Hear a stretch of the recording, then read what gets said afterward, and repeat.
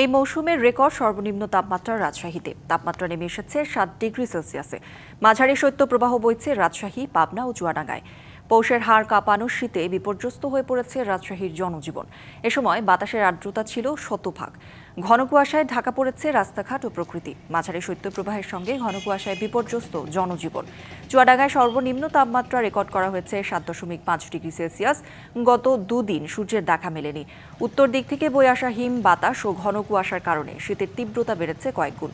খুব প্রয়োজন ছাড়া মানুষ ঘর থেকে বের হচ্ছেন না। প্রচণ্ড শীতে ডায়রিয়া রোগী আক্রান্তের সংখ্যা আশঙ্কাজনক হারে বাড়ছে সীমান্তবর্তী এই জেলায়। শয্যা সংকটে অনেক রোগীকে মেঝেতে চিকিৎসা নিতে হচ্ছে। এতে ভোগান্তিতে রয়েছে রোগী। চাপ সামলাতে হিমশিম খাচ্ছেন চিকিৎসক ও নার্সরা। মৃদু শৈত্যপ্রবাহ চলছে পঞ্চগড়ে। সর্বনিম্ন তাপমাত্রা 8.6 ডিগ্রি সেলসিয়াস রেকর্ড করা হয়েছে।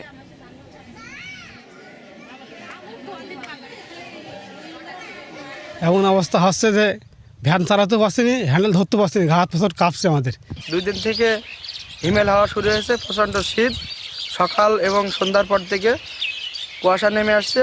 নতুন এবং ফিরে আসা গ্রাহকদের জন্য নগদে চলছে ক্যাশব্যাক সহ প্রতিদিন হাজারো উপহার জেতার সুযোগ। হবে আশা আর ফেরা, সারপ্রাইজ সেরা।